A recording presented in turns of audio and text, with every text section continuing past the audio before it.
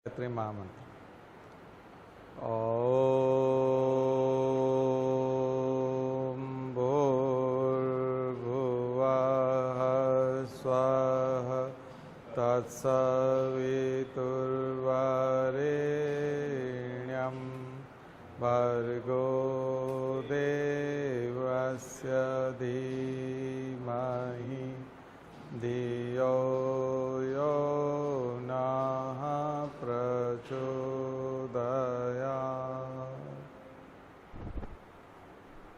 तो हम लोग अभी तक कल्चर पढ़ रहे थे और कल्चर का सबसे बड़ा रोल ये है कि अब जो नया सिलेबस भारतीय ज्ञान परंपरा के हिसाब से कॉलेजेस में और यूनिवर्सिटीज़ में और सिविल सर्विसेज में बनने जा रहा है, उसमें कल्चर का रोल सबसे ज़्यादा रहेगा। और दूसरा, कल्चर पर्सनालिटी डेवलपमेंट का भी एक हिस्सा है। अभी तक की शिक्षा व्यवस्था में देखा गया है कि लोग ग्रेजुएशन और पोस्ट ग्रेजुएशन करने के बाद भी समाज में या पढ़े लिखे लोगों में बैठ कर के बात करने लायक नहीं बन पाते हैं। तो हम जब सिविल सर्विसेज की तैयारी करते हैं तो उसका एक सबसे बड़ा बेनिफिट ये है कि हम आईएएस बनते हैं या नहीं बनते हैं, डिप्टी कलेक्टर बनते हैं नहीं बनते हैं, लेकिन हम समाज में बात करने लायक बनते हैं। हम पढ़े लिखे समाज में कहीं पर भी, क्योंकि आदमी जब 20 साल का हो जाता है, 25 साल का हो जाता है, उसकी शादी होती है, उसके बाद उसको कई लोगों में उठना बैठना पड़ता है। कई बार वो अपनी जाति के लोगों में भी उठता बैठता है, समुदाय में बैठता है, उसमें बहुत सारे पढ़े लिखे लोग होते हैं, अलग अलग क्षेत्र के पढ़े लिखे लोग भी होते हैं, फिर प्रशासन के क्षेत्र भी होते हैं, कोई तहसीलदार होता है, कोई एसडीएम होता है, कोई कलेक्टर होता है। तो बहुत कम लोग ऐसे होते हैं जो पोस्ट ग्रेजुएशन किए हुए हैं और उन लोगों के साथ बात कर सकें। उनमें एक संकोच होता है, एक डर होता है कि हम इनसे बात कैसे करें, ये तो बहुत समझदार हैं, बहुत पढ़े लिखे हैं, बहुत तेज हैं। तो सिविल सर्विसेज की तैयारी का एक प्रत्यक्ष फायदा ये है कि ये आपकी पर्सनालिटी बना रहा है, आपको उठने बैठने लायक बना रहा है, आपको बात करने लायक बना रहा है। ये सबसे प्रत्यक्ष फायदा है। नहीं तो आप उन लोगों से बात ही कैसे करेंगे, शुरुआत कैसे करेंगे, संकोच करेंगे। उस हिसाब से सिविल सर्विसेज की तैयारी वैसे भी हर व्यक्ति को करना चाहिए। दूसरा, मैंने जब कानून पढ़ा तो एलएलबी के फर्स्ट ईयर में जो चैप्टर आता है कानून का, उसमें एक बात लिखी होती है कि कोर्ट में जो भी बहस चल रही है या संसद जो भी कानून बना रही है, कोर्ट ऐसा मानती है कि भारत के प्रत्येक व्यक्ति को उसकी जानकारी है। कोर्ट ये मान के चलती है, अब आप कोई भी कानून का उल्लंघन करते हैं तो पुलिस वाले आप पे धारा लगा देते हैं, जबकि आपको तो धारा का मतलब नहीं पता कि कौन सी धारा में क्या कानून का उल्लंघन हुआ। लेकिन जो लोग मारपीट करते हैं, अनपढ़ आदमी, उनके खिलाफ भी धाराएं लगती है और वो भी गिरफ्तार हो जाते हैं, जबकि उनको उस धारा की जानकारी नहीं है। तो फिर क्या वो कोर्ट में कह सकते हैं कि मुझे इस धारा की जानकारी नहीं है इसलिए मुझे छोड़ा जाए? क्योंकि अगर मुझे जानकारी होती कि इससे ये वाली सजा मिलने वाली है तो मैं क्राइम नहीं करता। लेकिन क्या ऐसा है? नहीं है। इसका मतलब है कि इस देश के प्रत्येक नागरिक को संसद में बनने वाले हर कानून के बारे में पता होना चाहिए, क्या बन रहा है। अगर नहीं भी मालूम है आपको, तब भी यही माना जाएगा कि आपको मालूम है। ठीक है, तो फिर आप जागरूक नागरिक हुए क्या?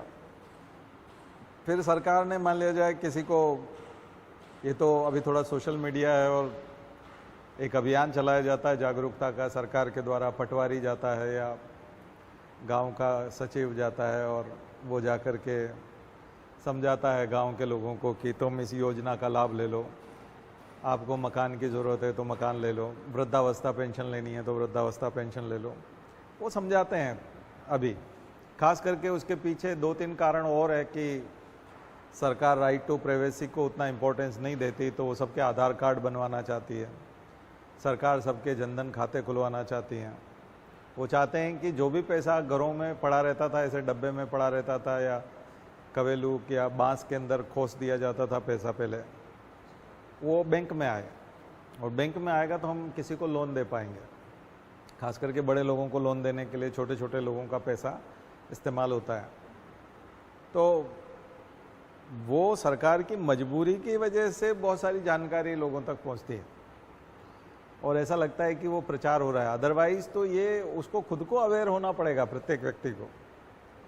लेकिन कितने लोग हैं? तो सिविल सर्विसेज की तैयारी जाने अनजाने में आपको एक जागरूक नागरिक बनाती है, कानून का जानकार बनाती है, देश की समस्याओं से अवगत कराती है, समस्याओं के क्या समाधान होना चाहिए उसको बताती है।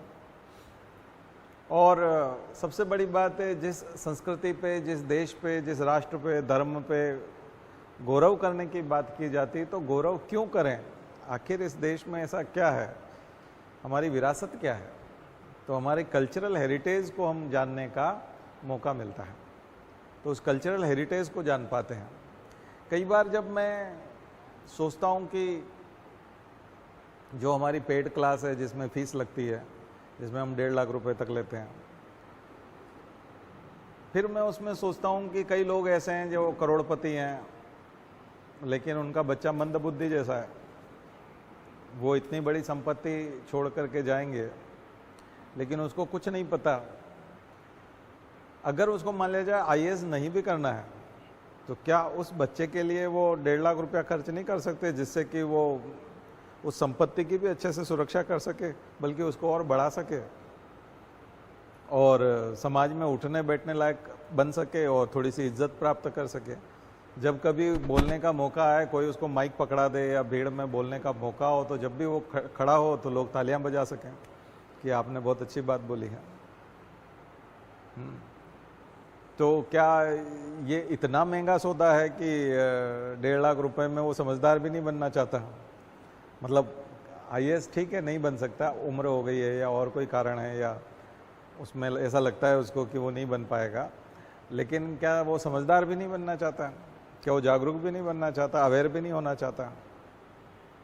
तो ये जो मैं इस बात से जोड़ रहा हूँ, इस बात से इसलिए जोड़ रहा हूँ कि सिविल सर्विसेज की जो तैयारी है वो आपको एक बहुत ऊंचे स्तर पर ले जाती है। अभी आप जितने भी नामी गिरामी पत्रकार हैं इस देश के, जैसे रवीश कुमार का नाम चलता है क्योंकि वो खबरों का एनालिसिस कर लेते हैं, सरकार की कोई भी योजना है तो उसको समझा देते हैं, किसी नेता ने कोई कमेंट किया है तो उसकी भी चीरफाड़ कर देते हैं। तो ये योग्यता सिविल सर्विसेज की तैयारी करने की वजह से आई है, ठीक है ना। जितने लोग दिल्ली में पत्रकारिता में नाम कमा रहे हैं वो अधिकांश लोग सिविल सर्विसेज की तैयारी करते थे किसी ज़माने में। कोचिंग के बहुत सारे लोग अभी जो है वो सिविल सर्विसेज की तैयारी करने की वजह से सोशल मीडिया पे छाए हो गए, क्योंकि उन्होंने खुद ने तैयारी कर रखी है। अगर उन्होंने नहीं की होती तो क्या वो इतना अच्छा बोल पाते? वो नहीं बोल सकते थे। फिर आप डिफरेंट सेक्टर्स में जाएंगे तो जिसने सिविल सर्विसेज की तैयारी की और अब वो अपनी इंजीनियरिंग कर रहा है या अब अपना मेडिकल प्रोफेशन देख रहा है तो वो बिल्कुल अलग दिखाई देगा, भीड़ में बिल्कुल अलग दिखाई देगा। अधिकांश लोग सिविल सर्विसेज की तैयारी करने के बाद वेलफेयरिस्टिक अप्रोच में चले जाते हैं, अपने बिजनेस में भी चले जाते हैं। दरअसल वो लोक कल्याणकारी होना सिखाता है कि आप कितने कल्याणकारी हो सकते हैं, लोगों के कितने काम आ सकते हैं, वो सिखाता है। तो देना सिखाता है, वो समाज को कुछ लौटाना सिखाता है, देना सिखाता है। तो इस भाव से ये मूल भाव है, सेंट्रल आइडिया है सिविल सर्विसेज की तैयारी का। क्योंकि अभी हम बहुत सारे सिलेबस में चलेंगे, अभी थोड़ा सा मिडिवल भी होगा, फिर उसके बाद वापस हम मॉडर्न हिस्ट्री में आएंगे।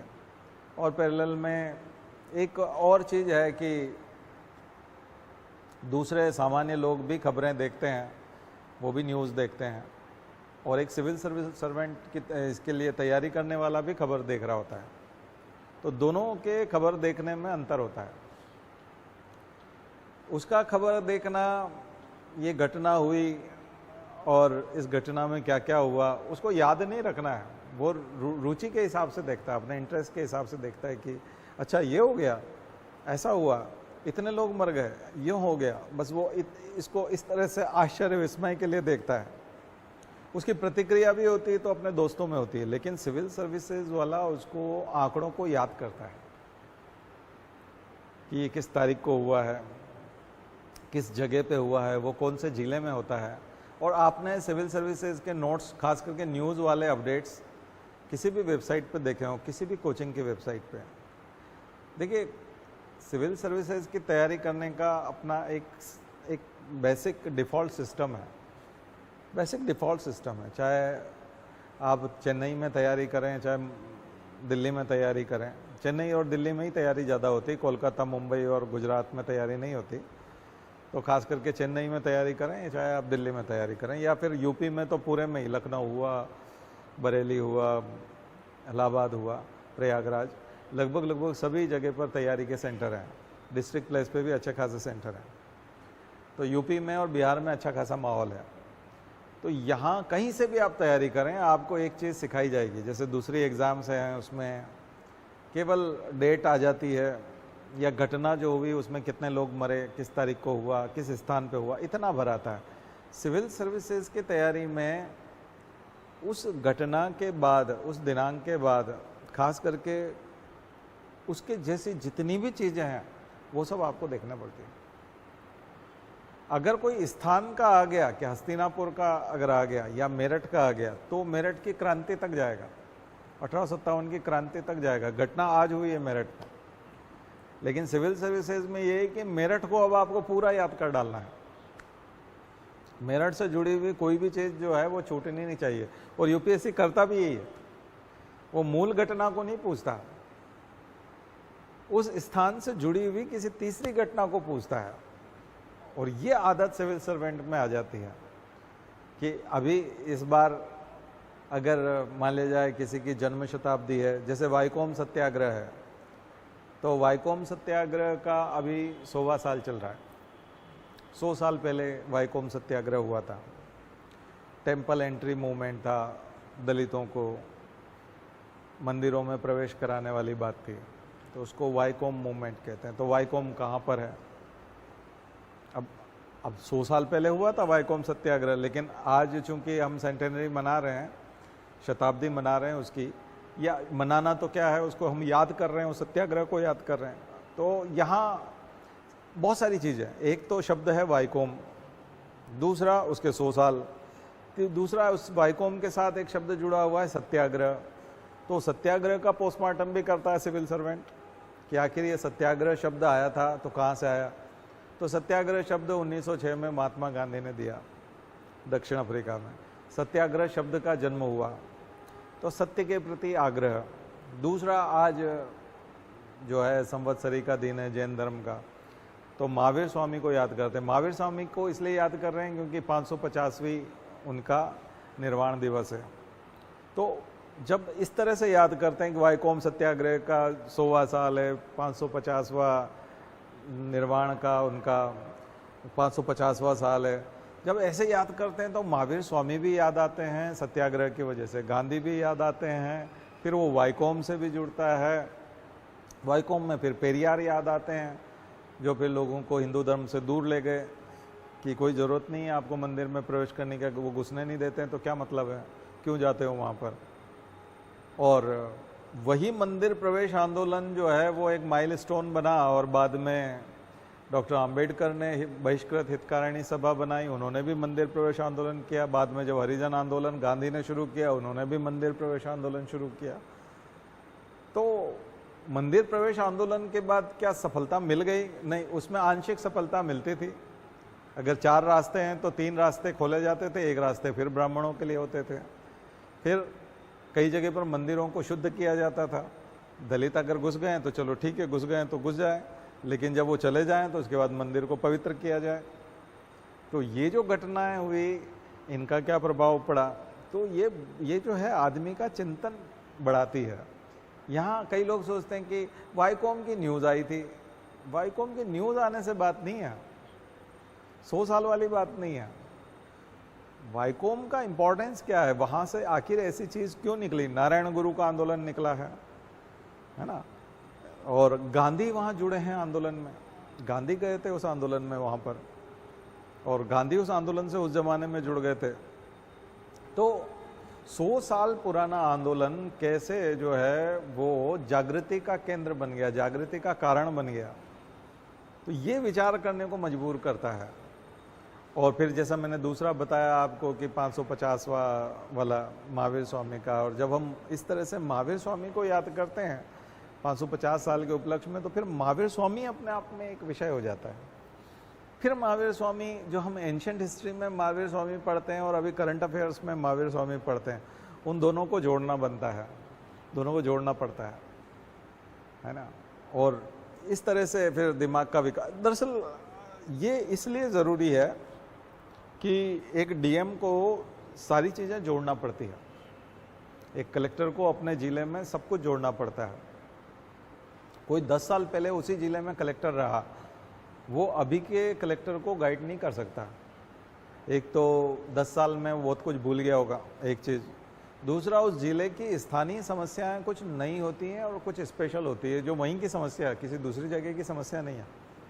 और एक पिछले 10 सालों में कुछ नई समस्याएं पैदा हो गई होंगी जो पहले नहीं हुआ करती थी, ठीक है। ऐसे में प्रत्येक कलेक्टर को अपने अपने स्थान पर नए प्रयोग करने की आवश्यकता पड़ती है, इसलिए प्रयोगवादी होना पड़ता है। इसलिए यूपीएससी के आंसर राइटिंग में प्रयोगवाद है और उसको एक्सपेरिमेंट करने पड़ते हैं, इसलिए वो बहुत स्वतंत्रता दी जाती है, बहुत स्वतंत्रता है उत्तर लिखने में। इसलिए क्वेश्चन में छूट होती है, क्वेश्चन में छूट होती है इस तरह से कि महावीर स्वामी का निर्वाण हुए 550 साल हो गए, लेकिन आज भी उनके विचार प्रासंगिक हैं, रिलेवेंट है। समझाइए। अब ये जो क्वेश्चन है ये बहुत ही फ्रीडम देता है, बहुत ज़्यादा फ्रीडम देता है। और ये इतनी फ्रीडम देता है कि अब आपने जो एंशिएंट हिस्ट्री में महावीर स्वामी के सिद्धांत याद किए थे, पंच महाव्रत, अब उनको एक एक को पकड़ना पड़ेगा। आपने एंशिएंट हिस्ट्री में पढ़ा था कि सत्य, अहिंसा, अस्तेय, अपरिग्रह, ब्रह्मचर्य। तो जो सत्य वाली बात है, ट्रुथ वाली बात है, तो आप लिख सकते हैं कि आज के समय में विश्वास की बहुत कमी है, और विश्वास की कमी का सबसे बड़ा कारण है सत्य की कमी। चाहे वो सामग्री बेचना हो, चाहे व्यापार करना हो, चाहे आपसी बातचीत हो, लोग झूठ का प्रयोग बहुत करते हैं, झूठ बहुत बोलते हैं, धोखा बहुत देते हैं। इसलिए आज के समय में भी यदि प्रामाणिकता विकसित करनी है, हम अगर विकसित देशों को देखें तो वहाँ की कंपनियां और वहाँ की सरकार और वहाँ के लोग झूठ का कम से कम प्रयोग करते हैं, तभी वो विकसित हैं, क्योंकि वो वफादार है, उससे अकाउंटेबिलिटी आती है, तो सत्य के साथ जिम्मेदारी आती है। अब ये विश्लेषण किसने किया कि दुनिया के विकसित देशों को देखें तो ये तो महावीर स्वामी नहीं बोल के गए, तो ये सिविल सर्वेंट करता है, ये सिविल सर्विसेज को पढ़ाने वाला करता है। और ऐसा ही कलेक्टर, जब अगर जैन धर्म के लोगों को अगर कोई महावीर जयंती या कोई ऐसे अवसर पे कलेक्टर को बुला लिया जाए और अगर वो ऐसा लेक्चर देने लग जाए कि आज की ज़िंदगी में यदि हम सत्य को शामिल नहीं कर पाए, हम किसी दुकान पे बैठे हैं और हमारे ऊपर लोगों को ट्रस्ट नहीं है और बार बार भाव कम करने की बोल रहे हैं, इसका मतलब है कि हम फिजूल भाव लगाते हैं और फिर बाद में बहुत कम कर देते हैं, ये उनको पता है। इसका मतलब हम झूठ बहुत बोलते हैं, बहुत झूठ बोलते हैं। कई दुकानों पे जाकर के लोग ट्रस्ट करते हैं, उसने जो बोल दिया वो पेमेंट करके चल देते हैं, क्योंकि उस दुकान का एक अपना एक नियम है, फिक्स रेट होता है या फिर एक ट्रस्ट होता है। इसका मतलब वहाँ लूटा नहीं जाता, नहीं तो चेहरा देख के तिलक निकालते हैं ना, तो वैसा हो जाता है कि अच्छा तुम आए, तुम्हारे लिए वो 300 रुपये, दूसरे के लिए 100 रुपये है।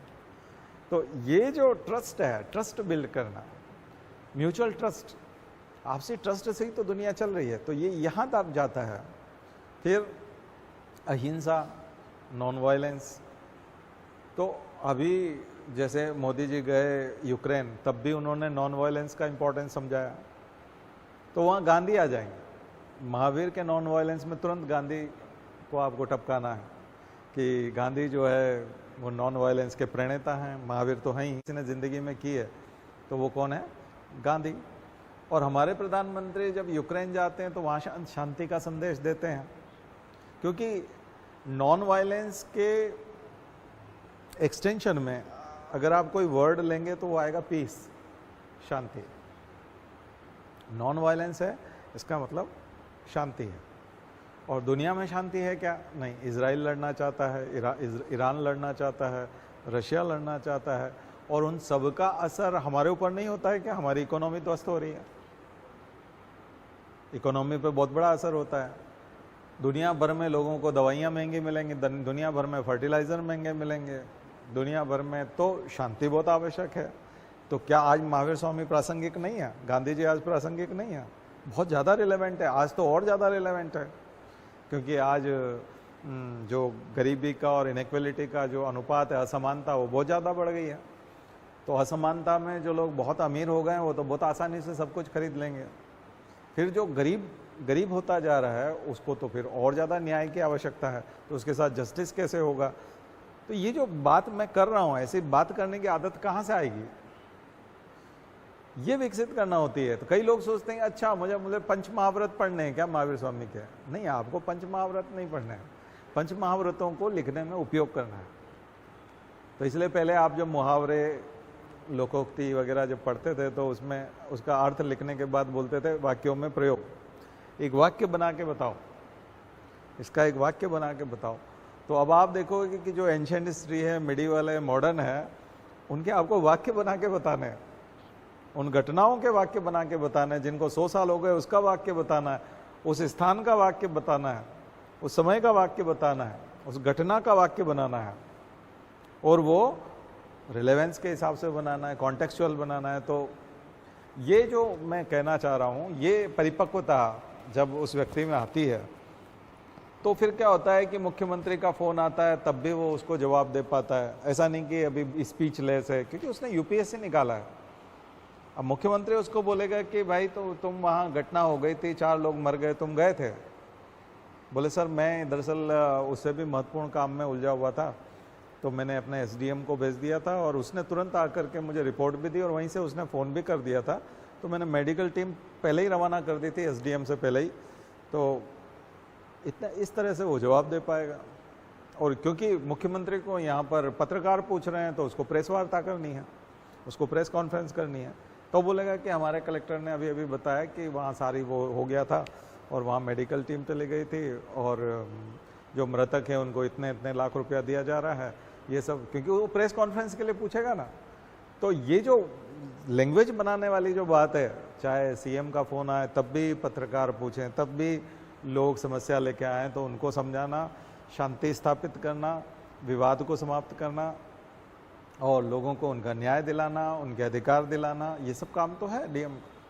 और वो करेगा कैसे फील्ड में? इसलिए इसकी प्रैक्टिस कराई जाती है। और ये बहुत सिंपल है। दरअसल सिविल सर्विसेज को बहुत ज़्यादा कॉम्प्लिकेटेड इसलिए बना दिया जाता है, ऐसा लगता है कि इसमें बहुत पढ़ाई करने की ज़रूरत है। नहीं, बहुत पढ़ाई की ज़रूरत नहीं है। जितनी पढ़ाई कर ली उसको आप उपयोग कर पा रहे हैं कि नहीं, वो सीखते गए तो फिर आपको इंटरेस्ट आ जाएगा कि मुझे तो इतना ये उपयोग करने में और अच्छा लगा, तो अब मुझे और चाहिए। जो सब्जी आपको ज़्यादा पसंद होती है आप फिर और मांगते हो कि मुझे अब और खाना है क्योंकि ये तो बहुत अच्छी लगी है। तो वो अपने आप इंटरेस्ट आएगा और आप ज़्यादा पढ़ोगे। लेकिन वो कब आएगा? जब हम उसका उपयोग करना, उसका स्वाद लेना सीखेंगे। तो दरअसल सिविल सर्विसेज का स्वाद लिया जा सकता है, टेस्ट लिया जा सकता है, बहुत अच्छा टेस्ट है उसका। एक तो सबसे बड़ी बात है कॉन्फिडेंस आता है, बहुत ज़्यादा कॉन्फिडेंस आता है। अच्छा लगता है कि हम चीज़ों को समझ रहे हैं, दुनिया की समस्याओं को समझ रहे हैं, लोगों की समस्याओं को समझ रहे हैं, देश की समस्याओं को समझ रहे हैं। और सबसे बड़ी बात है कि इस तैयारी के दौरान आप केवल प्रॉब्लम को ही नहीं समझते, उसका जो अगला पॉइंट होता है वो आता है कारण। समस्या तो हो गया, लेकिन उसका कारण क्या है? समस्या का कारण क्या है? क्योंकि बिना कारण जाने तो आप ठीक कैसे करोगे? तो इसलिए कारण जानने के लिए डॉक्टर भी क्या करता है? टेस्ट लगवाता है। वो बोलता है कि टेस्ट करवा के आ जाओ, ब्लड टेस्ट करा लो, यूरिन टेस्ट करा लो। जब सारा होता है तो उससे वो कारण जानने की कोशिश करता है, डायग्नोस करने की कोशिश करता है। इसको डायग्नोसिस बोलते हैं, है ना। और जब वो कारण जान लेता है तो फिर उसका समाधान। तो समस्या के समाधान, समस्या और समाधान, इन दोनों के बीच में कारण आते हैं। स्टडी ऑफ कॉजेज, रीजन, वो। और जब समाधान में जाते हैं तो फिर 4-5 चीजें आती है। समाधान बड़ा भारत जैसे देश के लिए एक चुनौती होता है। सिविल सर्विसेज में बहुत व्यावहारिक उत्तर लिखने की आवश्यकता होती है, और भारत जैसे देश में जहां जनसंख्या बहुत ज़्यादा है और टैक्स बहुत कम लोग देते हैं, तो जब लोग कम टैक्स देते हों, बहुत कम लोग टैक्स देते हैं और वो भी कम टैक्स देते हों, सब लोग टैक्स चुराते हैं। किसी का 100 करोड़ है तो वो 10 करोड़ देता है, 10 करोड़ वाला 10 लाख देता है। तो टैक्स तो देते हैं लोग, लेकिन बहुत कम टैक्स देते हैं, ईमानदारी से टैक्स नहीं देते। इसको टैक्स इवेजन कह सकते हैं। टैक्स इवेजन बहुत ज़्यादा है। तो ऐसे में व्यावहारिक समाधान बहुत आवश्यक है।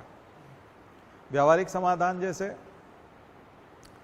अब चूंकि समाधान उसी उच्च स्तर का रखेंगे तो नहीं होगा, सरकार ही सब कुछ करेगी तो नहीं होगा। तो इसलिए पहली बार समाधान जब भी आप परीक्षा में लिखें या जो उत्तर की डिमांड हो, क्वेश्चन के ऊपर डिपेंड करेगा। व्यक्तिगत स्तर पे समाधान, व्यक्ति क्या कर सकता है, नागरिक क्या कर सकता है, व्यक्तिगत वर्टिकल अप्रोच बोलता हूं मैं इसको। हम एक एक आदमी पे चलेंगे कि एक यूनिट नागरिक है तो नागरिक क्या कर सकता है, नागरिक को क्या करना चाहिए, व्हाट शुड बी डन। तो दूसरे नंबर पे रूरल एडमिनिस्ट्रेशन क्या कर सकता है, या पंचायत लेवल पे क्या हो सकता है, गांव के लेवल पे क्या हो सकता है, एक आदमी क्या कर सकता है। फिर एक छोटी यूनिट मिलती है पंचायत, गांव, शहर में जाएंगे तो नगर निगम, नगर पालिका। तो ये क्या कर सकते हैं, क्या लोकल बॉडीज कुछ कर पाएंगी, urban local bodies, rural local bodies, उनके स्तर पे क्या किया जा सकता है। फिर स्टेट गवर्नमेंट क्या कर सकती है, फिर वो सेंट्रल गवर्नमेंट क्या कर सकती है, यूनियन गवर्नमेंट क्या कर सकती है। और फिर आपको मिलेंगे सस्टेनेबल डेवलपमेंट गोल जैसी चीज़ें जो WHO करता है या UN करता है। तो यूनाइटेड नेशन की अप्रोच क्या है, हेल्थ के मामले में WHO की अप्रोच क्या है, एनवायरमेंट के मामले में UNEP, united nation environment programme क्या कर सकता है। अलग अलग सेक्टर के हिसाब से खुद यूनाइटेड नेशन की एक एक एजेंसी है, और यूनाइटेड नेशन की जनरल असेंबली तो है ही, और फिर उसकी बहुत सारे जैसे सस्टेनेबल डेवलपमेंट गोल हैं 17। तो वो जो 17 सस्टेनेबल डेवलपमेंट गोल है वहाँ तक आप लिखेंगे।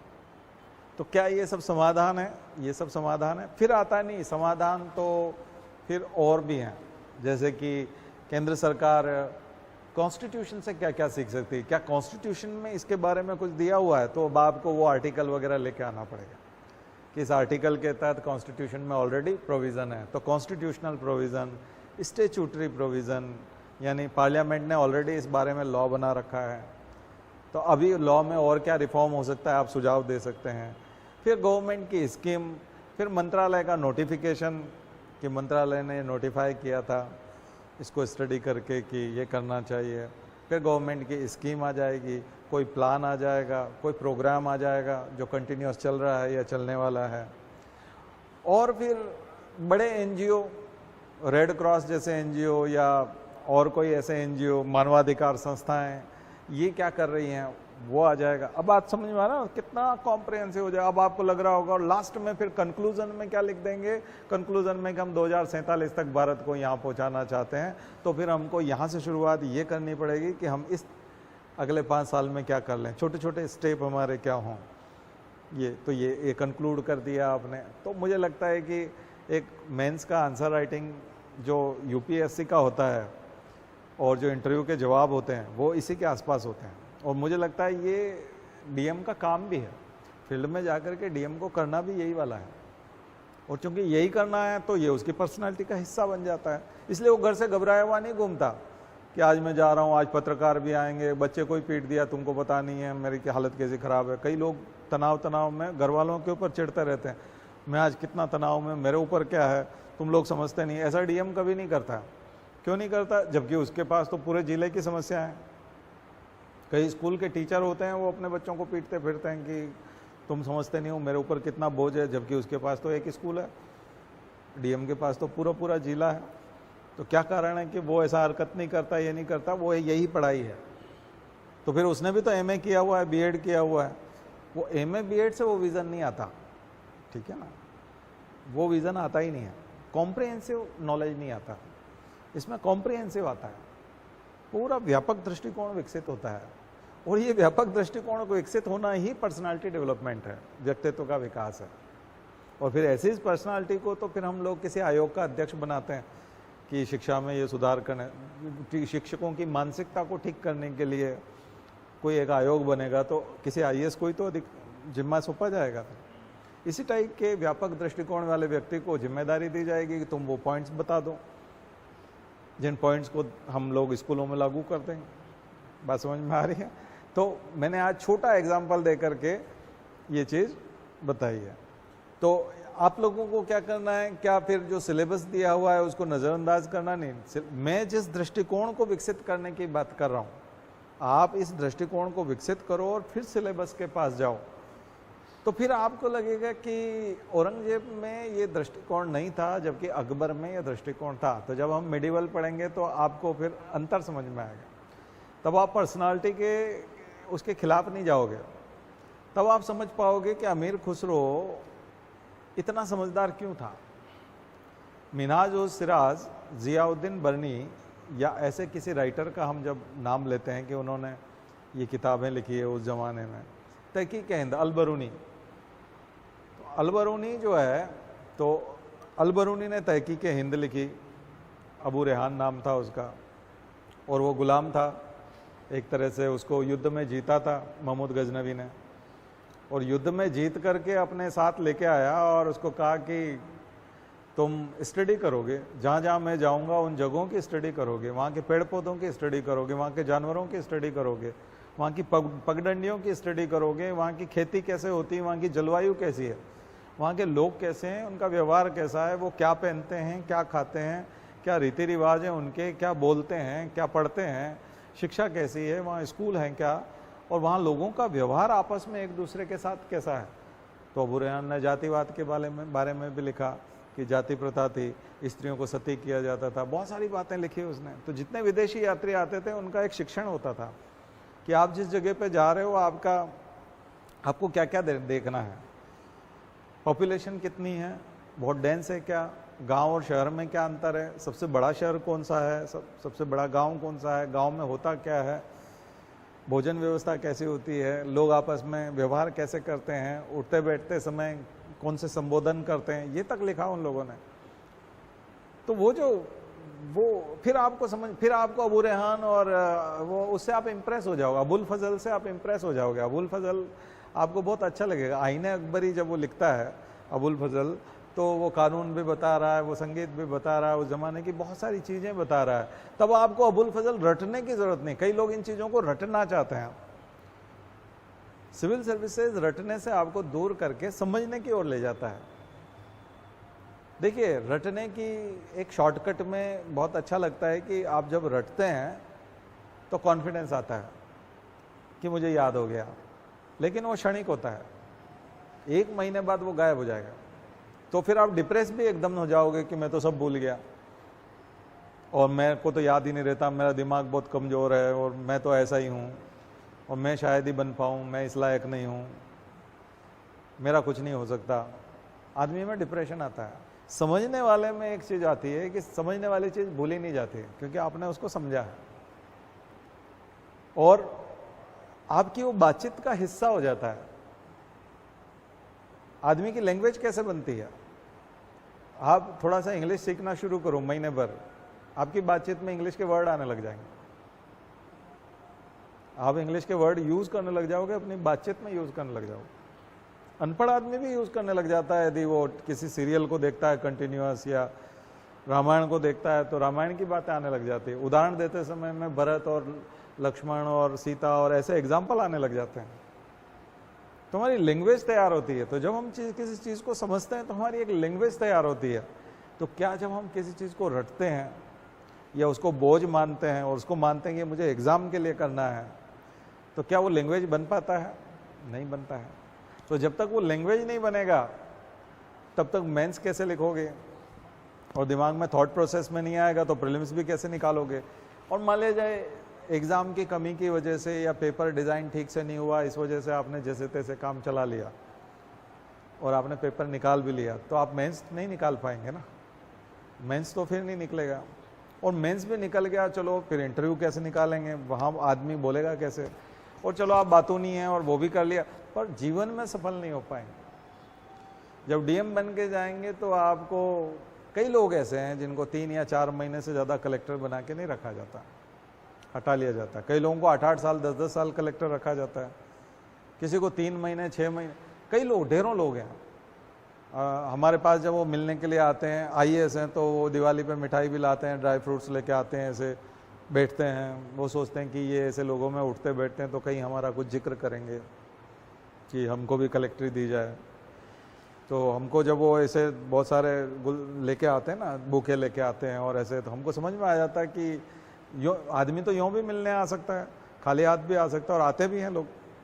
लेकिन जिसको कुछ करवाना होता है, जिसको कुछ सिफारिश लगवानी है या जिसको ऊपर कुछ कहलवाना है, वो ऐसे कुछ तामझाम के साथ आता है। तो हमको समझ में आ जाता है कि इसका कुछ न कुछ है, मतलब इसका इंटेंशन है कुछ। फिर हम पूछते हैं भाई क्या तकलीफ है, तो बोलते हैं सर ऐसा है कि वो मैं 3 महीने ही रहा था वहाँ। तो 3 महीने क्यों रहे थे? बोले वो थोड़ा सा गड़बड़ हो गई थी हमारे यहाँ पे, या तो कोई गड़बड़ हो गई, फेल्योर हो गया। गड़बड़ मतलब असफलता है। दूसरा, या फिर बोलेगा कि वो दरअसल 2 दिन के लिए जेल भेज दिया था, मैं पकड़ा गया था, या फिर रंगे हाथों पकड़ा गए थे, रिश्वत लिए, जेल तो नहीं हुई लेकिन रंगे हाथों पकड़ा गए, फिर डांट डपट से काम चल गया, पर बाकी कलेक्टर पद से तो हटा दिया। तो फिर अब तुम्हारी सिफारिश कैसे करें? हमेशा ऐसे असफल लोग मिलेंगे, या तो रिश्वत में पकड़ाए, या जेल गए, या कोई काम खराब कर बैठे, या उनकी लापरवाही की वजह से कोई मर गया, या क्योंकि आप बहुत रिस्की पद पे हो, मैनेजमेंट का सबसे बड़ा पद है वो, और आप पब्लिक मैनेजमेंट कर रहे हैं, बिजनेस मैनेजमेंट नहीं है वो, एमबीए नहीं है, इसलिए इसको बोलते हैं public administration, business administration, master of business administration, और ये मास्टर ऑफ पब्लिक एडमिनिस्ट्रेशन। तो आपको यहाँ पब्लिक एडमिनिस्ट्रेशन में एमपीए करना है, एमबीए नहीं करना है। तो ये तैयारी अपने आप में एमपीए के जैसा है, मास्टर ऑफ पब्लिक एडमिनिस्ट्रेशन। तो फिर आपसे ये अपेक्षा की जाती है कि आप एनालिटिकल माइंड वाले होंगे और आप एनालिसिस करेंगे। अगर आप ऐसा नहीं करेंगे तो फिर आपको हटा दिया जाएगा। तो फिर कई बार आपको लगेगा कि इससे अच्छा तो हम किसी स्कूल में प्रिंसिपल होते, या कॉलेज में प्रोफेसर होते, या और कुछ होते, वहाँ कम से कम इज्जत तो होती है। यहाँ 2 कौड़ी की इज्जत नहीं है भाई। आपके कॉलोनी में सामने जितने भी लोग हैं वो आपसे छोटी उम्र के हैं, बाद में आए हैं, और सब कलेक्टर हैं। और आज आप रोज़ सुबह उठा करके स्कूटी और बल्लभ भवन चले जाते हो, कई बार तो स्कूटी से जाते हैं, कई बार गाड़ी भी होती है तो उसमें ड्राइवर नहीं आ रहा है और आप खड़े हैं क्योंकि ऑफिस से ड्राइवर नहीं दिया हुआ है। बहुत बुरी हालत होती है यहाँ, कोई इज्जत नहीं होती। तो यानी 2 कौड़ी का आदमी हो जाता है। तो इसलिए सिविल सर्विसेज में आ रहे हैं तो फिर पूरे जीवन भर सम्मान के साथ रहें, आपको सब सुख सुविधाएं मिले, लोग आपकी इज्जत करें, और उसके लिए एक माइंड विकसित करना पड़ेगा, एनालिटिकल माइंड विकसित करना पड़ेगा। बहुत कम लोग बताएंगे इस टाइप का लेक्चर जो मैंने दिया है। आप सोशल मीडिया पे चले जाइए, चाहे यूट्यूब पे चले जाइए, इस टाइप की बात कोई नहीं बताएंगे कि ये वास्तविक आवश्यकता है। और सबसे बड़ी बात है कि आप तनाव में नहीं रहेंगे, और बिना तनाव के आप बन भी जाएंगे। अदरवाइज बच्चे पढ़ाई करते करते तनाव में चले जाते हैं, बहुत भयंकर तनाव में चले जाते हैं। तो एक तो तनाव से भी बचना है, रोचकता बनाए रखनी है, रुचि बनाए रखनी है, इंटरेस्टिंग बनाए रखना है तैयारी को। तो इसके लिए फैक्चुअल पार्ट में ना उलझें, फैक्चुअल पार्ट से थोड़ा सा दूर रहें।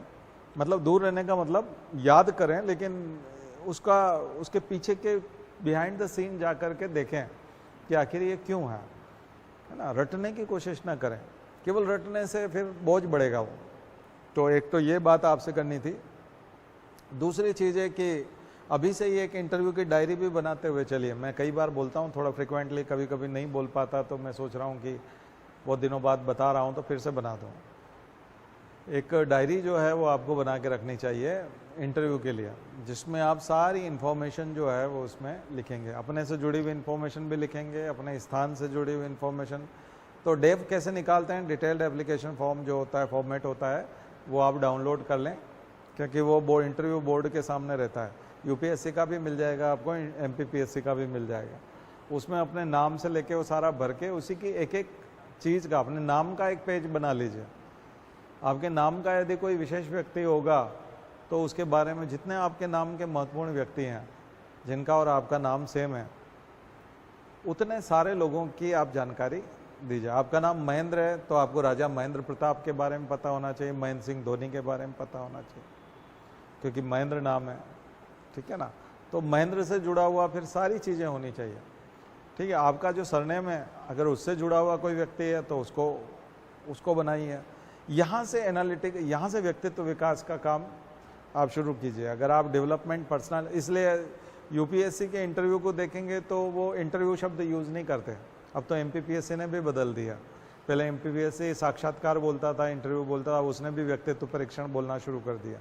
वो बोलते हैं पर्सनालिटी टेस्ट, वो यूपीएससी बोलता है पर्सनालिटी टेस्ट। क्योंकि मैं आज पर्सनालिटी पे बोल रहा हूँ तो सिविल सर्विसेज की तैयारी के साथ जोड़ करके पर्सनालिटी का डेवलपमेंट कैसे होता है। तो अब जैसे मैं हूँ तो मुझे सारे सब्जेक्ट पढ़ाने की आदत है। आप यूट्यूब पे देखेंगे मैंने लगभग सभी सब्जेक्ट, सभी विषय, सभी टॉपिक पे ऊपर बोला है, सभी पे लेक्चर दिए हैं। तो मुझे कभी हिचकिचाहट नहीं होगी किसी भी ग्रुप में जा कर के बैठने से, चाहे वैज्ञानिकों का समूह हो, चाहे वो बिजनेसमैन का ग्रुप हो, चाहे वो पॉलिटिशियंस बैठे हों, चाहे वो एडमिनिस्ट्रेटर बैठे हों, चाहे वो कवि लोग बैठे हों, चाहे कोई भी बैठे हों, इंडिया के कोई भी, दुनिया का कोई भी तबका बैठा हो, मैं उसमें बैठ करके बात कर सकता हूँ, उनकी बात को समझ सकता हूँ, उनका लेक्चर मेरा पूरी समझ में आएगा। मैं वहाँ कोई बात रखूँगा तो वो सब ध्यान से सुनेंगे। तो ये जो लेवल होता है यही तो पर्सनालिटी, और क्या होता है। बाकी तो गुजारे के लिए और उसके लिए तो एक लिमिटेड पैसा ही आदमी को, जैसे किसी के पास 40 कमरे हैं तो सोएगा तो एक ही कमरे में ना, तो उसका तो कोई बहुत ज़्यादा आवश्यकता नहीं। एक कमरा यदि आपके पास सोने के लिए मिल गया आपका खुद का, जिसमें आप सो सकते हैं आराम से, कोई बिना डिस्टर्ब के, तो उसके बाद तो चाहे जितने कमरे हों सब बेकार ही हैं। उसी तरह से आप जो 2-4 जोड़ी कपड़े अच्छे से पहनते हैं वो अगर मिल जाए तो उसके बाद चाहे हज़ारों जोड़ी हों, क्या मायने रखता है। ऐसे ही कार जो है, वो कई लोग जो है कार चला ही नहीं पाते हैं।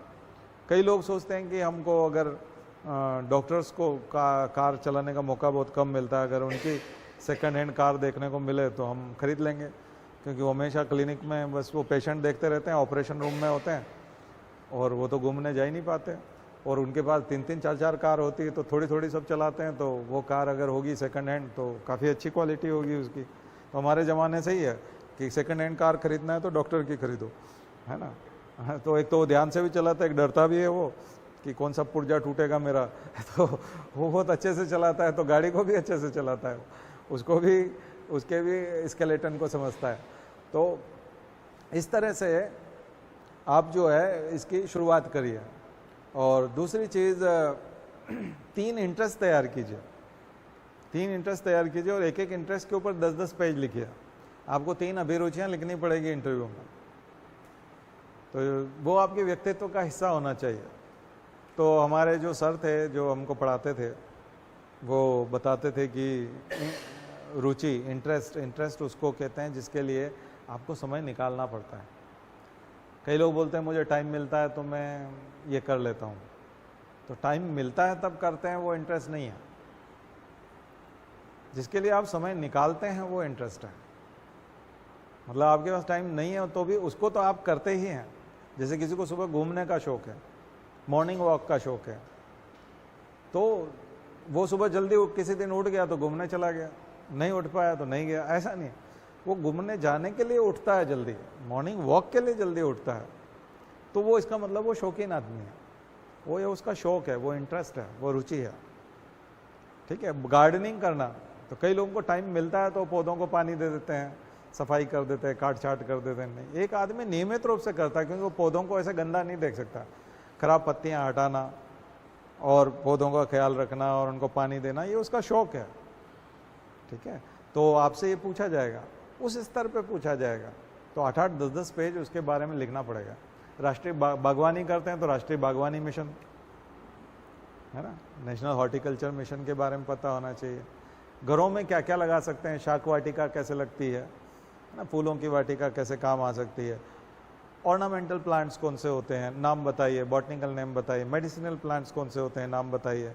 क्या घर के बगीचे में आपने ऐसे प्लांट्स लगाए हुए हैं जिससे छोटी मोटी बीमारियां ठीक हो जाती हों? अच्छा, कौन सा प्लांट है, उससे फिर कौन सी बीमारी ठीक होती है, बताइए।